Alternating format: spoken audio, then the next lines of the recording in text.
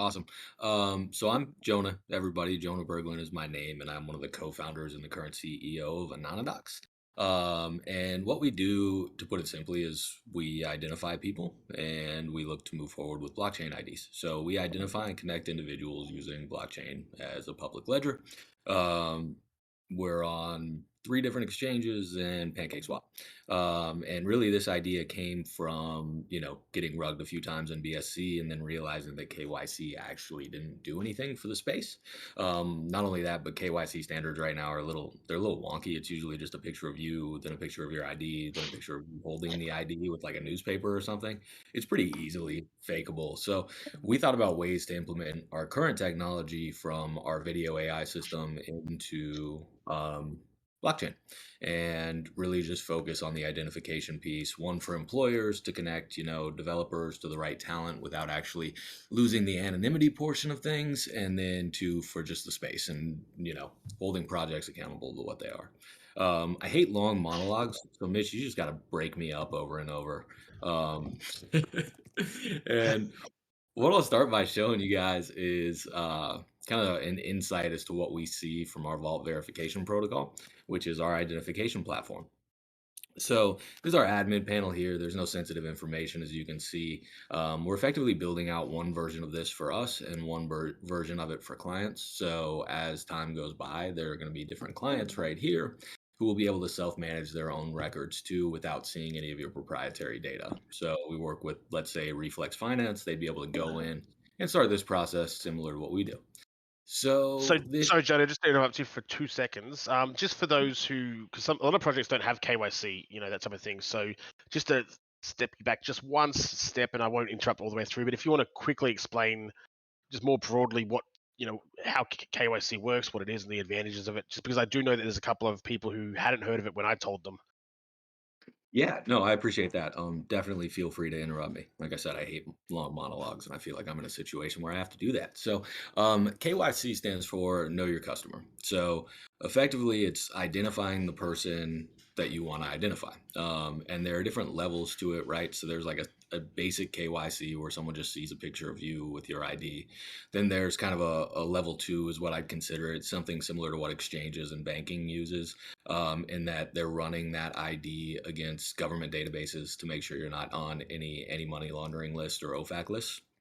Um, and then there's what we do, which is incorporate some biometrics into it. So we use a combination of OCR technology for your ID. So we're going to do that same anti-money laundering that you would get from an exchange. We've got a still frame image of your face with facial recognition, and then we have your face on video to go through our process in a live mapping component as well. So we're really just trying to identify people and then incorporate a background check behind it to identify the character of the individual behind the screen as well. And that's our version of why. That's why I don't call us a KYC company. We're an identification company, because KYC standards are, just not that high. Does that make sense to And I, everyone? and I mean, the first time, so we're currently going through the KYC process with AnonyDoxx. We've been KYC before, but that literally was just sending, not even a photo. We didn't even take a photo. It was just send copies of our IDs, and they'll, KYC us. And I feel like a lot of these KYC groups rush it for potential gain on their end. It didn't happen. Like, it wasn't on out. Like in that situation with us, that wasn't the case. We didn't really realize what the depth could be for KYC, but there is that there's that inherent how do you say bias towards letting it go through. So the fact that you guys go to a lot of extra stuff is kind of should be the standard, honestly, in my opinion. Is and we designed the process kind of, we dual designed it for enterprise and DeFi together. We can run up to 10,000 at the same time in 1 second, and it's really designed to get people through the KYC process efficiently and super low cost. Since we built it all from the ground up, it doesn't cost us much to run it, so we're more cost effective than most providers, more thorough, and it's just easier to use. A lot lower touch than you experience from a lot of people right now. So again, we are creating a wallet to give access to the DApp. This is a little demo wallet of mine. It doesn't have anything in it. So if you try and steal it, I don't have much anyway. So this is all the info that we're required to give access to someone. It is just a wallet address, email, and access allowed. And this is effectively the majority of what the client page will see when we're finished with it. So no one ever sees your information. We respect anonymity and want to keep it that way. So we're going to go ahead and create a wallet. As you can see, it pops right through here. These are on live servers, and this is what the user will see. So the front end is being designed, and I'll take you guys through kind of what it looks like right now versus what it's going to look like over the next 2 to 3 weeks as it's redesigned, reformatted, and we add some additional layers of technology. So user goes ahead and connects their wallet. This is good for mobile usage, and it's also good for PC as well. So go ahead and start, and this is where you start entering your information.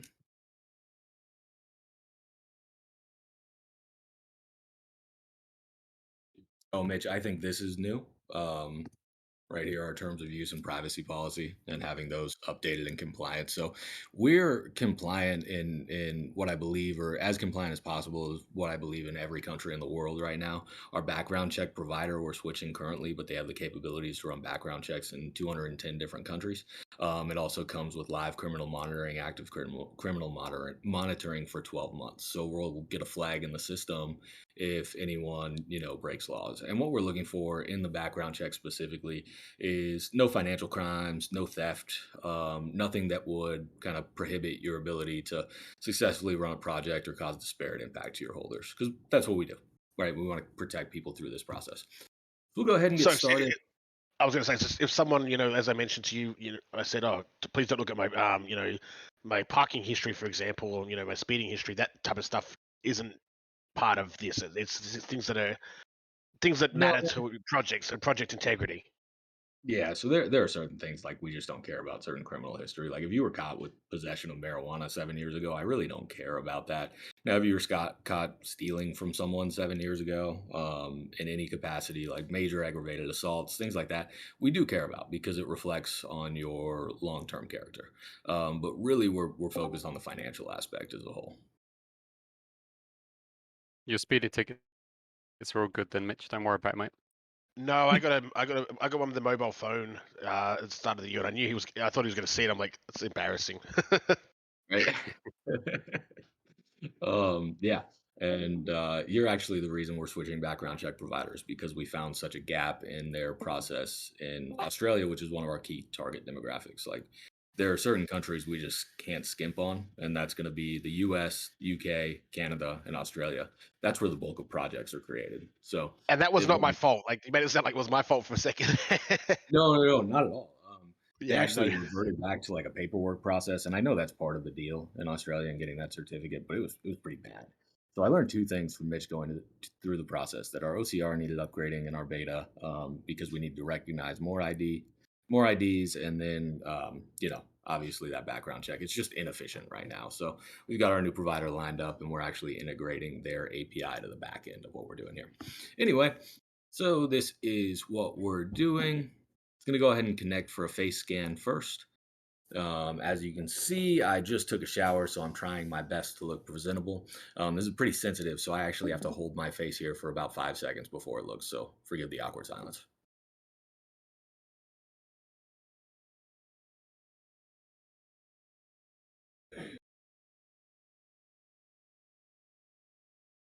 So next, you're going to go through and put in your photo ID. I'm not going to use my real one today because I don't like putting my personal information on these phone calls, and it's kind of I don't want it going up on YouTube.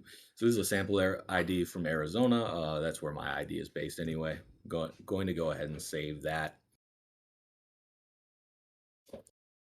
And now, so what just happened is it's establishing a baseline of your identity, right? So you've got your still frame photo and that ID. And what we're doing is establishing a baseline of matching.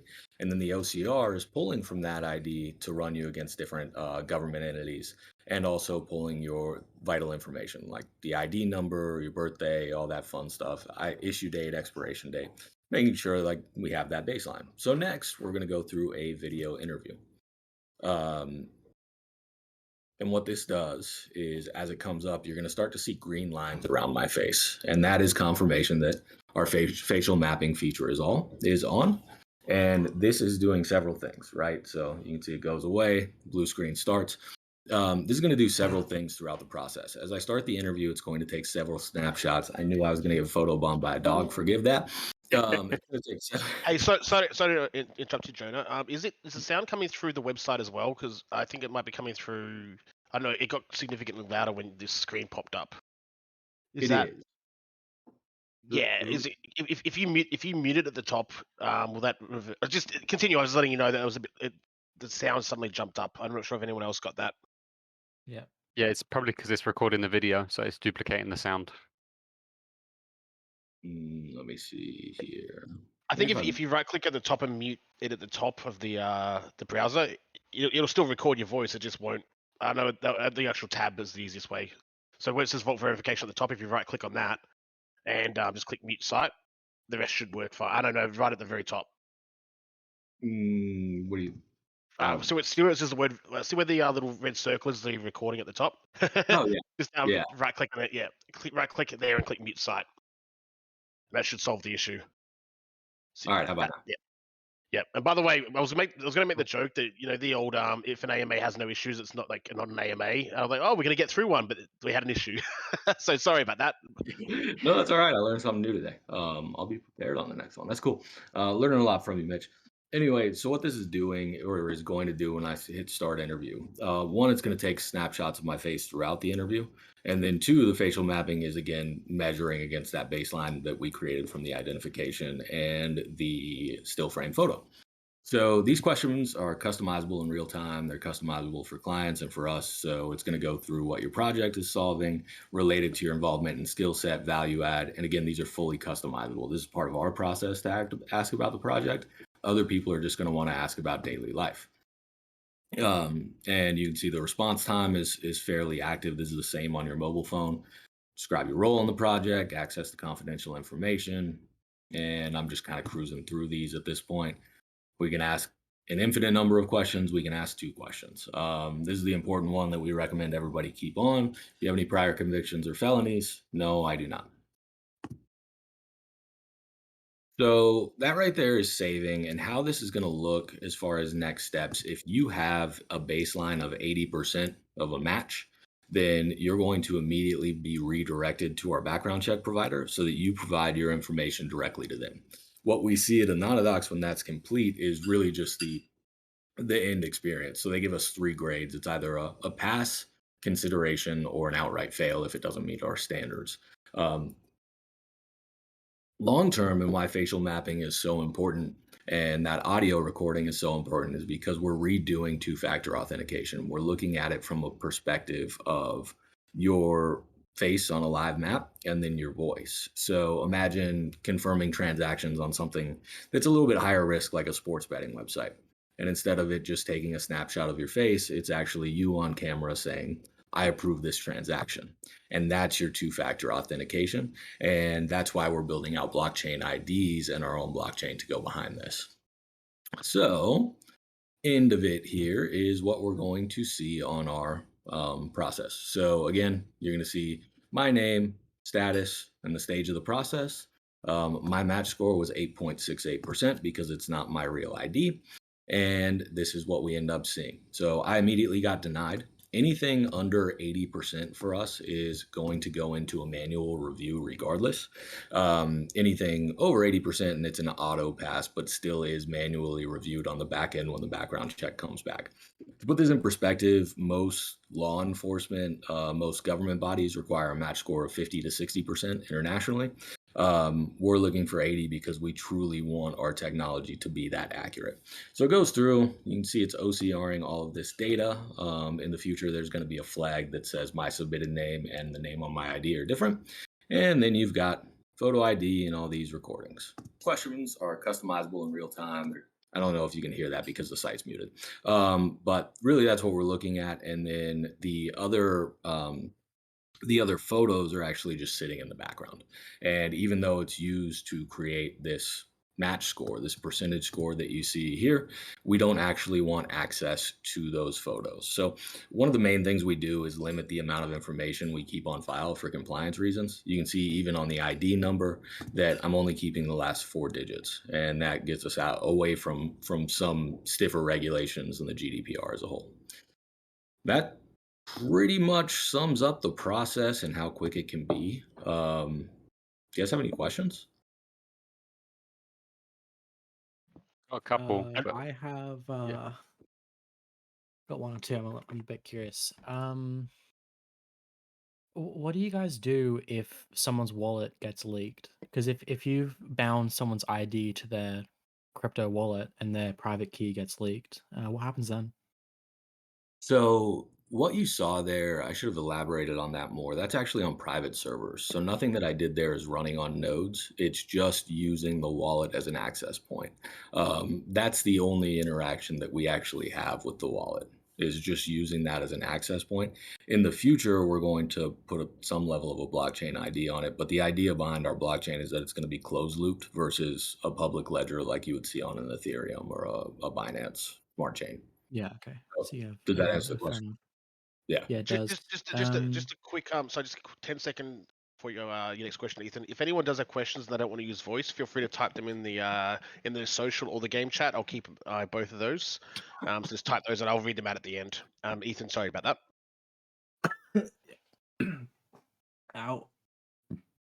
I think Ethan's dying. Dying a little bit, but I'm good. Oh, jeez. Yeah, I don't know if this is information that you just want to like freely give out. But uh, I guess two questions. um, w- I guess why should you guys be trusted from like an end user perspective with our data, right? Because if your um level of like authentication is so high, then obviously you can do quite a lot with that. Like you could sign up with for an exchange with our information. Couldn't do much about it. So, what's to stop a rogue employee from just getting all of that data? So we're pretty locked down from that perspective, and I certainly understand the concern. So one thing that we're working towards is ISO compliance for cybersecurity. We're also instituting a pretty major cybersecurity liability policy at launch. So that'll have right now it looks like $2 million is adequate coverage for us and adequate coverage for the end user. Now, as far as what we can and can't do with your data, it's covered in our terms and conditions and privacy policy, which were handcrafted by one of the biggest law firms in the world that we worked with and engaged with for this particular matter. And then they're also a corporate litigation attorney as well. It's Wilkie Farr and Gallagher, and I think they're the eighth largest in the United States and the 16th or the 12th worldwide largest law firm. We've got 1,000 attorneys in every country in the world. So it ensured our compliance and then limited what we can and can't do with information. There's with every company in the entire world, there's always a risk of employee data breach, right? So we have to limit the people who have access to your information and make sure that there is a huge level of due diligence on our part before onboarding anyone new. So right now, your information is only held by a core team member, actually one of 3 core team members, Chris, Jordan, or myself, who are all founders and owners within the company. And there won't be any data breaches because our contracts with the company are super locked down. Now, as we grow, we'll need some support staff, but the idea is that we limit information on an individual basis and work through kind of levels of security with people. Yeah, gotcha. All right, that's actually a very good response, and it tells me that you guys actually think about this kind of thing, which is always good.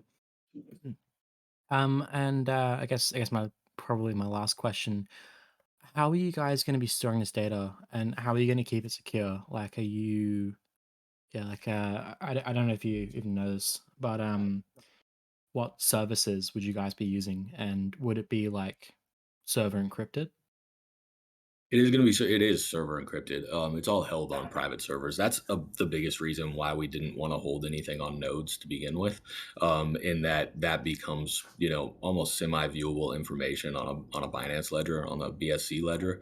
Yeah. So first off, to ensure privacy, it's all on private servers. This is traditionally built software that uses wallets as an access point for the specific use of DeFi.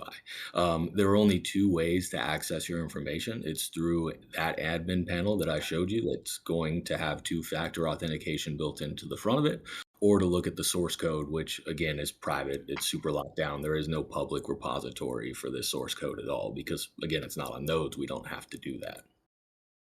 Yeah, gotcha. When you say private server, do you mean private in the sense that it's hosted in your own buildings, like your own hardware, or do you mean like it's an AWS or equivalent server that's in your own VPC? Similar to AWS, but a little bit more locked down in that we bought servers. They're just not in house. So we like own server space. It's not, kind of a Yeah, okay. rented thing. Yeah, But gotcha. very similar to like an AWS or a Cloudflare type of setup. Yeah, okay. Yeah, I forgot what that's called, but yeah, I know what you mean. Fair enough. That's good then. That's very good. How big is your dev base? Because that's Um, a pretty big undertaking. yeah, that's a good question. So right now we have our dev team consists of 6 people. So my partner Jordan, kind of acting CTO, more or less. Then we've got a lead dev. He's based out of San Diego, California. He built one of our other websites from the ground up as well. That's hirevise.com, HIREVISE.com. And he's phenomenal. We took him from Moody's after our first round of funding. He's awesome. And then we've got another 4 developers, and they're kind of across the world. So we have one in Mexico, one in Hong Kong, and then one in India. And I forgot where the fourth guy is. We just onboarded him. So forgive me here. The idea is that we're running updates on this 24 hours a day, and we're really sprint building it.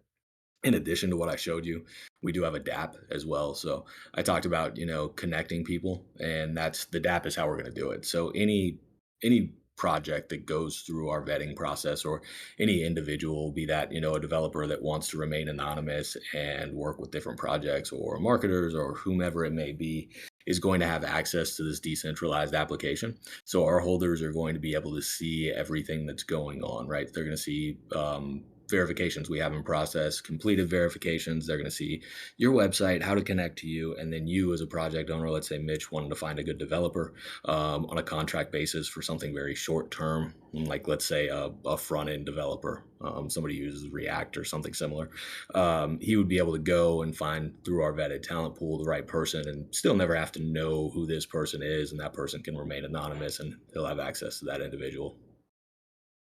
Hmm, awesome. Yeah, another really good answer. Let me have a quick think.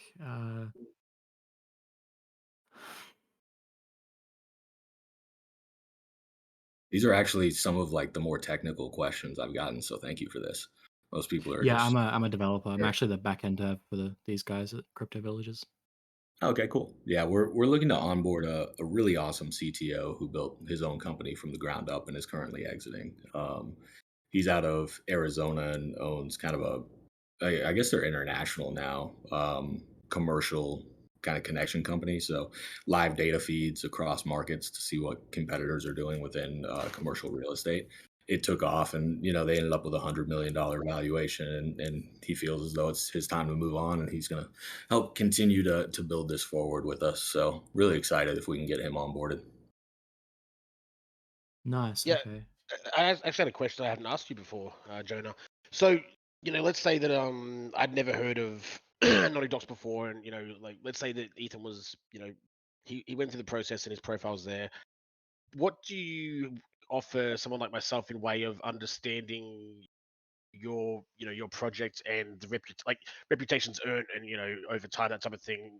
Do you have a what I'm trying to say? Like, it's like in terms of your marketing strategy, I suppose. Like, how do you plan on promoting yourself as, you know, the KYC company compared to all these other ones, which a lot of them are very inferior, but someone like myself might not know that.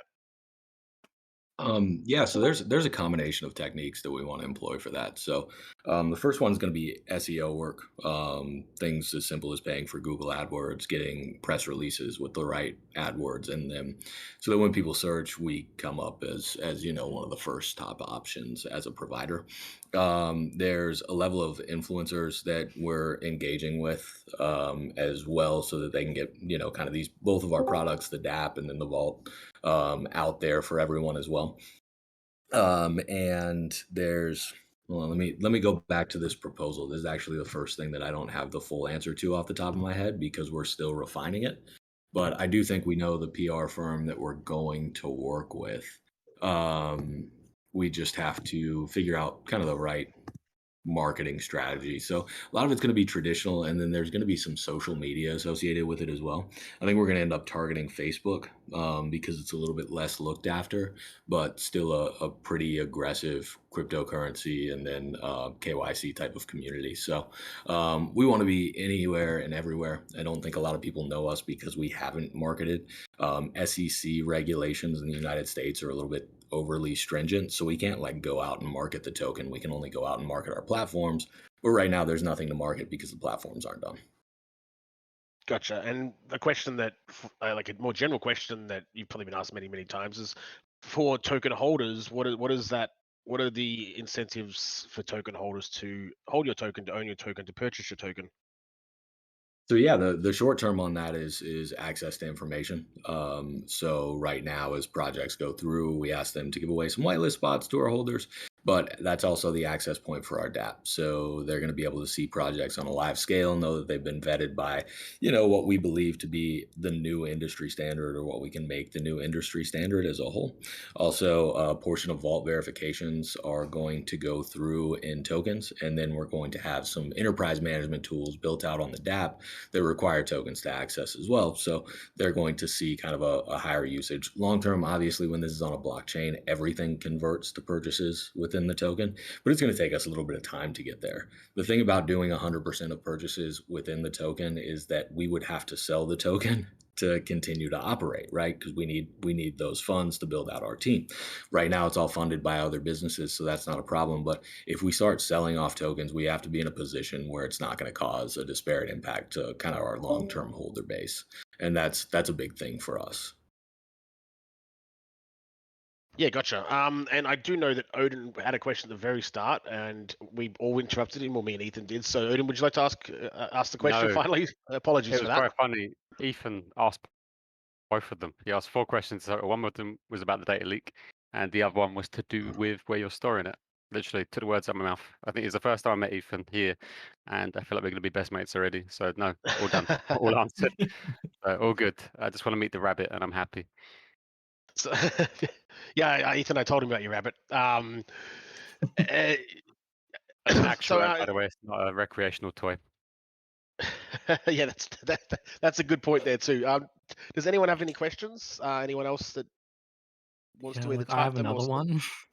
No, sure. If it, by all means, it's good because you can ask the questions that other people might be thinking but not know how to articulate. So Yeah. So what you've just described with the whole token governance sounds dangerously like what a stock would be for. And I think that what you've got here would make a lot of sense as a company rather than a company using a token, like a public company is what I'm getting at. So what's driving you to not be a company with a stock?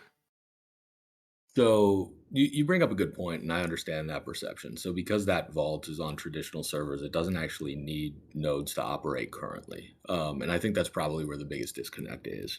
Now, if you're talking about connecting people using a public ledger, that's really why we created this baseline of the token so early. So again, we've got this DApp side of our process, which I think I can actually show you as well.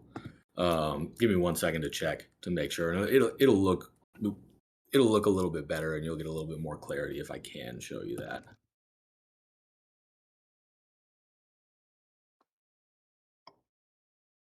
But really the idea behind the token is it's a baseline. At some point, we're going to start by tying NFTs into the contract wallets, so there's even more low touch than it is. So effectively, use the token to purchase this NFT at the end and go ahead and drop it in someone's wallet. It's going to be non-transferable, and then it's going to be time locked. So our verifications are good for 12 months, then it disappears. That's something only a public ledger allows us to actually do. Just making sure this access point is up. And then, what we do as a whole is connect people. So as we assign these wallet IDs, we're going to give people to the access to this application right here.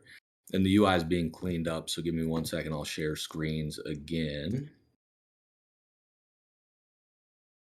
Oop, wrong button. Yeah, it does. I suppose that it makes me a little bit curious as to why you wouldn't just launch it on your own AMB managed chain. So there's a couple layers to that answer as well. One is we only take the money that we absolutely need to actually build a blockchain is relatively expensive. We would have to give up a lot of equity within the company to do that. So we looked actively for opportunities and ways to find entry points where we could make an impact, still use the services as designed or as like a baseline while conducting kind of a live feasibility study. There's no point in asking people for millions of dollars to give away the majority of our companies as a whole because all of our IP is tied to this to build a blockchain if no one's actually going to use these services. So we like to start small. We're very like CI CD approach. I know you're a developer, so that might make sense to you. Very, very small, very practical CI CD, right? We want to continuously increase and establish a baseline over time and make sure that we're not cutting any corners in the baseline as well. Yeah, okay. Yeah, gotcha. I mean, Um, sometimes I was gonna just add that this is using blockchain, like public blockchain, etc. It's also its own marketing campaign in its own right. A lot of you do KYC for groups like this, so using the technology as a fund source, as part of many other things as well, is a good way to get awareness out as well. I think. Yeah, I mean, it gives you the ability to go international right away.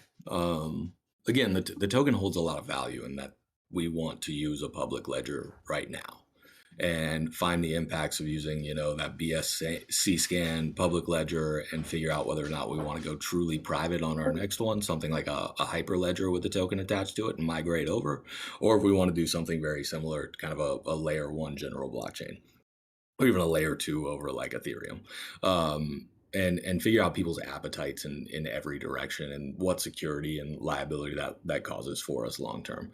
Again, that's just part of the mindset of being really, really pragmatic in how we're building this. yeah, well, that's another excellent response. Yeah, I mean, in my head, it makes a lot of sense to spin up your own chain on AMB and just have like a replicated ETH chain using your own nodes and pay like $40 a month for it. But I also understand from a marketing perspective, and like an opportunity to expand your user base perspective, starting up on the BSC makes a whole ton of sense. So all the power to you. Well, it's also Um, the reason we chose BSC specifically is because that's where the most fraud happens. Like, if we're to go yeah, and make an impact in space and use true identity, then probably our target market is here because everybody in this space has been rugged so many damn times. It's ridiculous, So, like, this was the chain for us to start out on for sure. yeah. Well, I mean, when it costs like 20 cents to spin up a shit coin and rug someone, it's not Yeah. surprising. It happens all the time. So now you've got a good point. Starting up on your target market, very clever. So, so Jonah, if if a project approaches you and says, "Hey, we want to, go through your services," they see what it is and they seem hesitant or they back out, and you notice, let's say you have strong suspicion there's something shady about it, something like that. Let's say there's nothing hard evidence, but you have a strong suspicion there's something really wrong with that project, and they catch your eye and they walk away. Do you just move on from that, or do you have like, what I mean? Are you purely just there to like go through the process, or do you have you see what I'm trying to say? Do you pursue those and check what see what's up? Do you have like do you venture out like me personally that I like to really tear apart any project that I think is quite, suspect. But that's on a personal note, not a professional note. You as a professional company, is that the type of thing you do as So well? we Like, don't yeah, like to I'll start like super high, like 30,000 feet level, and then discuss kind of how we handle those situations. So we don't do any level of like feasibility study. It's not my place to answer whether or not I think your project is dumb, because at the end of the day, we're just identifying you as a quality individual. So, like, an example of this would, like, if anyone saw, Shiba Inu, early last January of last year or January of the year before, whenever it popped, no one knew that that was going to pop. It didn't do anything. I would have looked at that and said, "This is the dumbest thing to put your money into," right? And which is why I'm not absolutely loaded right now. Same thing with SafeMoon. We can't predict which projects are going to pop.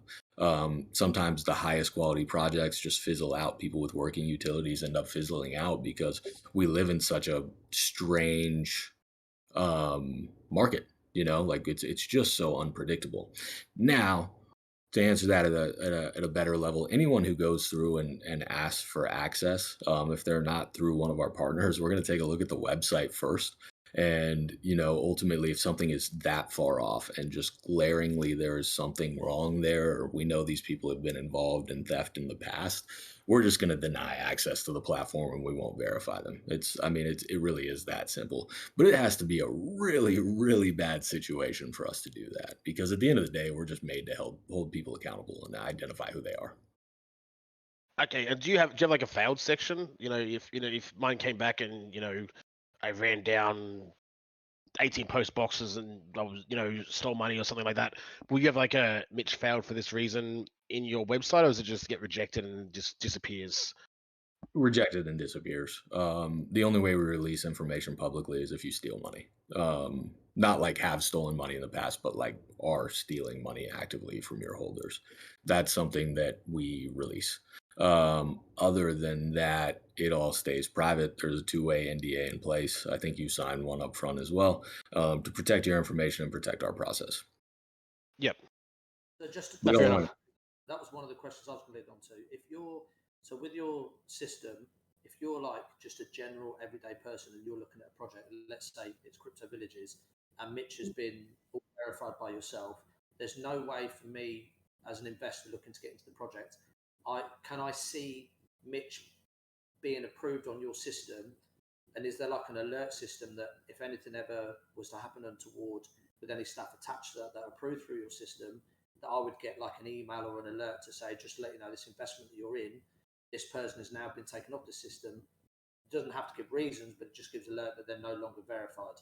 And following on from that question, if that was the case, do you link people up to a number of projects they're involved in, or again, is that information not available?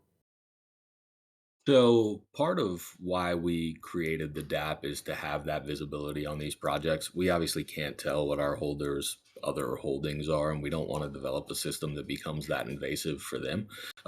Again, we just want anonymity and people to do what they want. But the DApp is going to give that live visibility onto who's vault verified and who isn't, and you're going to see people come on or off in real time. When we start to issue NFTs to the contract wallet, to the deployer wallet, or whatever it may be, then those NFTs are going to be revocable in real time as well. So we could revoke access, and revoke that public kind of perception that you're verified through us. What we don't want to end up being is the TMZ of crypto. Like early on, we encountered one bad actor and felt an absolute need to Mitch knows a lot about this, to say, hey, you know what? We recommend staying out away from this project. That's something that's going to happen few and far between. We don't want to be TMZ. We're a private identification company, and that's how we want to function. A biggest part of the token is giving people access to some level of that information so they feel comfortable. So will I need to own? Will I need to own the token or the NFT then to have access to that DApp to see that information? You will. So you'll have to own the token as a holder. You're going to have an option to buy an NFT as a holder if you don't want to connect your wallet. As a project owner, if you want your spot to continue and maintain that certificate, you're going to have to hold the token as well. Okay. But the access point for that app is our token. And is there a limit to how much you'd hold, or is it just by a token? Yeah, not currently. We don't have limits imposed. Again, we're in like feasibility study stages, so it's likely that we'll increase price at some point to maintain access or increase minimum holdings or have some level of token expenditures. What we're talking about right now is your tokens have to be staked to access the DApp, which I think is probably our best option. We don't want to create a larger barrier of entry in crypto. Like we don't want people to have to pay more money or have to worry about a fluctuating price point and pay more money just to maintain access to the DApp. We want to find something fair and equitable, and it's a tough balance to achieve. But we're gonna do it over time, and I'm sure there are gonna be little speed bumps as we continue to refine the process. But I think our best option is having some level of staking to go through the app. Let's say you stake it for 3 months, you get 3 months guaranteed access to the application. So just But just on if I was you in the go, Andy. DApp then, yeah, if I was in the DApp and say, for example, Mitch has been verified by yourself, will it show just he's on the verification or the link to the project? And if they go off that system, is there something that if I was a token holder and I was in that DApp, I've come in, I'm invested in 10 projects, all these 10 people that run these projects are all verified by yourself, they're all in this DApp system.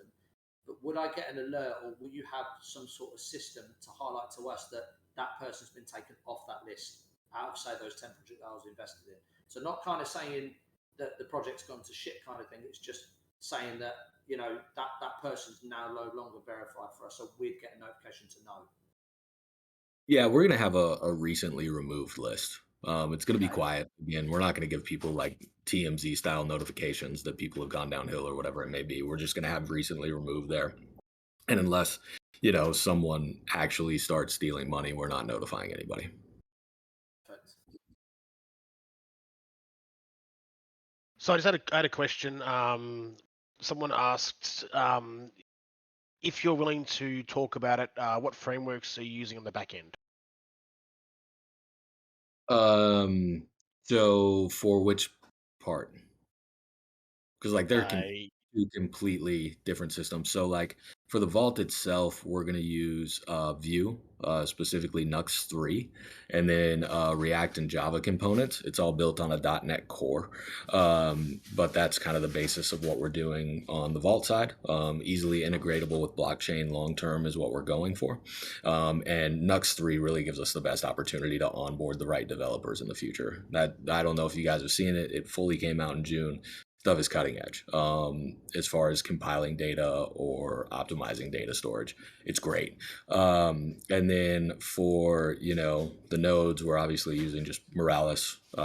There's more React components to what we're doing right there, more Java components to what we're doing right there, but it's built in Solidity.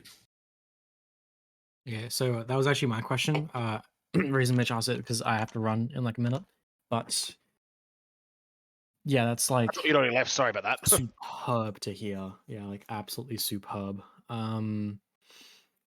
Yeah, okay. Well, to me, all I'm hearing is that you're applying the right technologies to the right solutions. So yeah, I Yeah. mean, I don't know what to say, but like, yeah, good. It's good to hear. I That's appreciate Okay, it. awesome. I have a quick question on the ID proof portion. Like, suppose you have an ID proof which has a validity and the validity expires. So how is it that you're going to do the re-verification process, or is there going to be any system in place to verify the validity? Like, say, for example, I have an ID which has a validity of next 1 month, and I'm running a project or probably using this platform for years to come. So will there be a notification to go ahead and re-upload your documents or anything as such?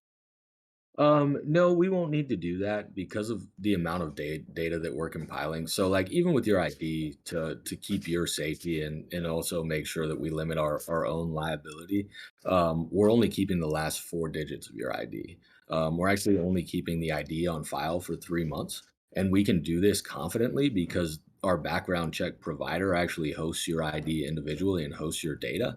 So, really, if there is any violation, because there's active criminal monitoring for 12 months, if there's any violation, we actually get a notification in our system. So we don't need to, we want to limit internal data storage as much as possible.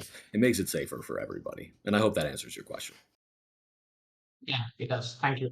And Mhm. just following up on this, when it comes to the criminal background check, does your background service provider also have links to all the countries that are out there in the world, or is it specific ones? Because many of the countries might not have these access provided right out of the door, right? So there might be certain other constraints that needs to go through. So on the legalities aspect as well as the information availability aspect, how good are we when we look at these criminal records? So yeah, so we can run background checks in 210 different countries, or I should say, our provider can run it in 210 different countries. There are a few countries where it's more manually based. So if you're somewhere without, ready access data, that can be monitored over 12 months, we just shorten your renewal period. So we put it on a 3-month basis, and then put you on either an auto renew system where you pay every 3 months to renew it, so we can pull a new background, or we just do it for that 3-month period, and you can choose not to move forward with us again if you want to. So there are ways around it. We've got the capabilities to kind of repull information as needed that limit, how much a user has to do to resubmit information. We want to make it convenient for everybody. Awesome. Thank you. Yeah, absolutely. Thanks for the questions. Yeah, they got a fair few tonight, don't they? Which is good. Yeah, they they do. I don't know if that was your developer on here. He's fantastic. He Evan is. knows. He's great. Yeah, he's fantastic. He really is. He also I'm going to embarrass me. He messaged me, said, I'm not usually impressed, but I'm really impressed." And as I said to and I'll say to you guys as well, when we do these things, these EduAMAs, the quality of people that we're going to bring in is always going to be of a very high caliber. I don't like anything that is fluff or anything like that. And their AnonyDoxx's processes are just awesome. I've been wanting to show Ethan that for a while. The facial recognition stuff. So yeah, Andy, did you have a question? I saw you unmute your mic. No, I was just going to back you up on Ethan. I mean, I've been involved in a lot of projects, as I'm sure Odin has as well, and his capabilities are just next level.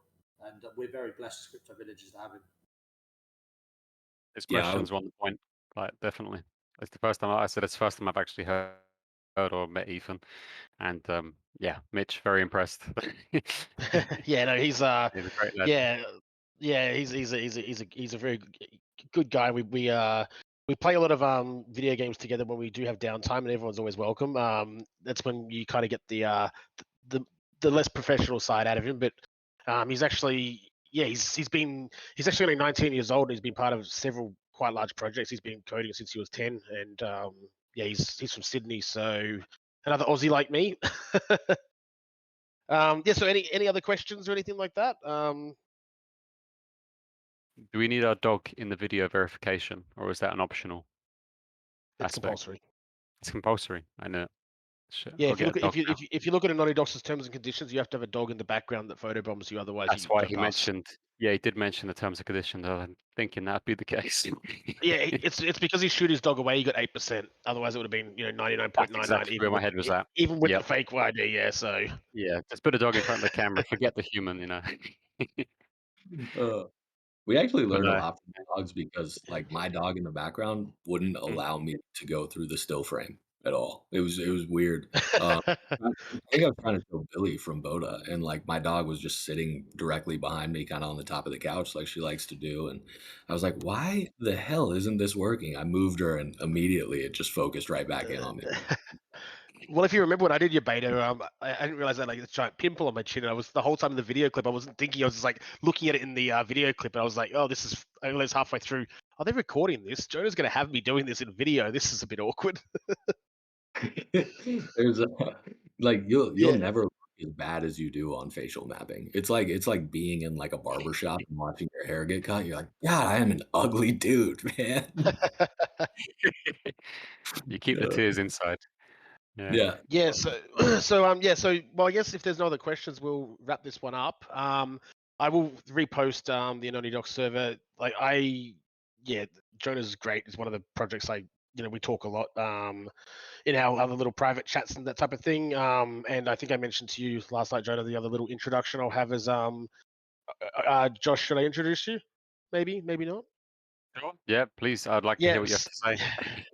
Well, I do need It's you to very write a dangerous. bio. I need you to write a bio for the website. But Odin/Josh will be joining our team full time. He's the new core member. His job will be to spearhead the growth and awareness, the marketing, if you will. And I say that like that because we like authentic growth, and that's one of the things that Josh. All the Josh way. is very keen on. As soon as he jumped into the server the first time, that his profile picture is an old video game from like 25 years ago that is one of my favorite video games, and I happen to have 2 tattoos of that game. So as soon as I saw him, I thought, "Yep, we're gonna get along." So yes, he'll be joining Immediately. our Yep. yeah, so he'll be joining our team, and the reason I mentioned it just quickly now is that I'm sure that I'll jump into voice chat with you, Jonah, and Josh sometime after the KYC's been done, but and introduce you guys. I'm not my role in the project is to get it popping, but in terms of marketing and that type of thing, it's not one of my strong suits. So it's good to have you on board, Josh, and I'm sure that Thanks, the man. bio you write will be better than my random mumbling about you. No, it's actually going to be the exact words you chose, so I'm going to leave it like that. I like that better. I Like gotta a go Final voice to Fantasy text. sim. Yeah, voice to text is copy paste. Yeah, okay, that's fair enough. That's exactly that. Yeah, I've been writing these down. There's actually notes on my on my desk. But no, Jonah, Yeah, thank you so so much for your time. Love the project. Just the one actual question to come to mind is essentially people can be doxxed and not revealed essentially to the general public unless they make a violation. Is that kind of the general vibe? That's correct, and that's the Perfect. recourse. I'd love that. Yeah, That's it's amazing. Yeah, we want Jonah, to anonymity in DeFi and support it. 100%. Yeah, Jonah, just following on from that as well, I noticed you said something about marketing from your end as well. I don't know if you have people involved or anything like that, and Mitch, you can shoot me later. But generally, from knowing Josh, he's one of the most authentic people when I talk to him just about marketing and stuff in the space. So if you ever want to tap his shoulder, feel free to give him a DM, because you never know, he both ways might be able to help both. Shall I get the gun, Mitch? Sorry, Mitch. Sorry, Mitch. I'm not trying to, but I like Jonah. I like what he's doing with the project. I love it, and no. Well, I just think we need to Playing, help I'm playing. each other more and more. And if the marketing things is something that's sort of touching, we've discussed many times. We need more people like Josh that can help spearhead and push those things. And by the way, I will say that we got to what did we get to in the end? So I don't know if you saw, Jonah, in your busy schedule, but we had a in the sneak peek. We said that if 65 people react to Nick Zeus's face, we I would mean, give sick. away the official beta date. But we got to 50 so far, so we got 15 more, and I might reveal it tomorrow night. But the one thing I'll say as well is we do have a second one of these this weekend. We have that's might as well tell you. Well, we have one with BUSD Buffet, Toten. I think he wanted to go first, Jonah, but you went first. So, Toten's, yeah, with his large shirt. So Toten Macker, Kev is one of the other guys that Jonah and I talk to regularly in one of our other little chat rooms about projects. And we kind of analyze projects and just look at flaws and that type of thing, and kind of alert a little member base separate to this type of thing. It's just something I do on the side. But he'll be joining us this weekend. And what we'll do is we'll host these all at different times, so all time zones can get them. So some people may miss out sometimes, but we'll always put them up on YouTube, and we'll provide you that link, Jonah, when when Moster edits it and puts it up on YouTube. Awesome. I appreciate that, and I can't wait for you guys to finish the process so I can host you in our Telegram that's a little bit more active as well, and get you introduced to our people. Man, I think they're going to be pretty excited for what you have going on from a gaming perspective. It's awesome. And I also just want to sidebar here. I'm not a developer. I know enough to be dangerous about our own framework because that's part of my job, but I don't develop anything. We have developers on staff. We have developers with equity and ownership who have developed for us in the past. It's not me. I'm not that guy. Don't reach out to me for any development advice at all. Let's get Ethan back in here. No, I want to introduce Ethan and Jordan because I think those two would it'd be interesting to see those two talk. When you hosted the AMA the other week, Jonah, and I saw Jordan, I thought, okay, him and Ethan are gonna it'd be interesting to get those two in a room sometime. It would. I think Ethan would get along really well with Daniel, our lead dev. That might be who you're referring to, the blonde guy who did the Was demo. it Daniel? Yeah. Sorry, Jordan was the one that was emailing me. My apologies for that. No, no Um, problem. Jordan runs that side of the business for us, whereas I run like kind of the legal compliant and front end things. yeah, Whereas my Jordan, apologies. Yeah, I've been emailing him about the KYC. My apologies if either of those guys are listening. I when I was listening to your AMA, I didn't pick up a name, and I just assumed that Jordan was that person. But so, what was his name? The lead dev, Was it Dan, his was it? name's Daniel, and Daniel. he like most developers likes to remain very quiet and private. You've got like very public developers, which is an interesting balance to strike.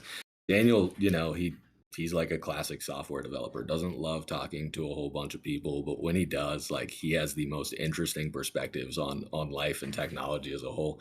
He's incredibly intelligent, and our new CTO, if we get him onboarded, knocking on wood here, he's unbelievable. He built a lot. He bootstrapped an entire company to $100 million valuation. I would Yeah, love to well, have him. yeah. I think what I'll do is either sometime after I'm back from the US, we might have a little just like a roundtable discussion potentially. Some of your guys, some of our guys, and just talk about some stuff. I think that'd be kind of fun. I always like doing this stuff. Yeah. So Agreed. cool. In that case, we'll close this out now.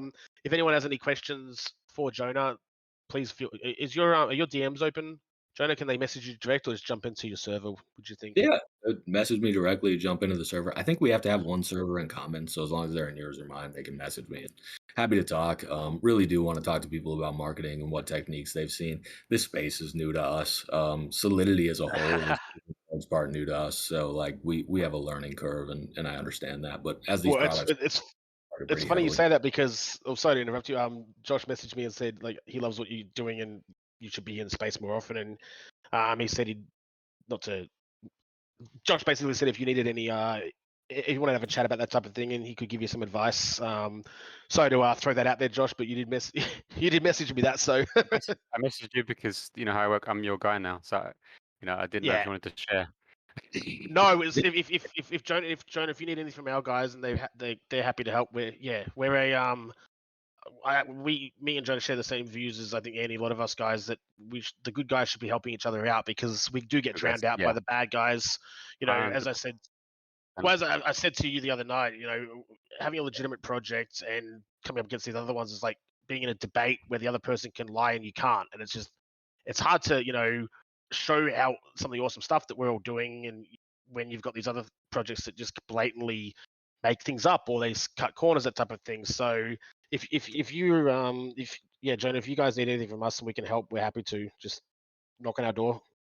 Just one more on that. Just one more on that, Jonah. Putting the business aspects aside, are you guys going to target the general public, not to more or less give getting into your project, but more the education of like making sure people are properly vetted? Have you got kind of a plan for that? Or it's not something that you guys are kind of looking at right now? No, it's absolutely something we're going to look at, and ultimately that's part of our demographic with it being tokenized. So we've got some guerrilla marketing planned, and some classic YouTuber and influencer campaigns planned for that end. But definitely want to learn more about it and see what other projects are doing. I think your Discord is already like way bigger than ours, which is just so saddening for me, even though we're not advertising. It's Like, not about the size; it's about the quality. I've been saying yeah, that to myself for years. 100%. But Plus, just we're entertainment in the game, so the bar's a lot lower yeah, to getting people in here. So, and sorry, Josh, I interrupted you then. I My was just gonna. apologies. It's all good, man. It's all good. I was just gonna say, just be cautious, because I've worked for many marketing agencies and such.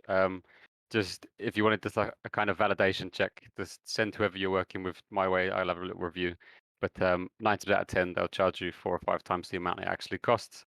And I've been doing this, and I do this externally for a long time. But I give people accurate pricing of what it actually costs if you go directly.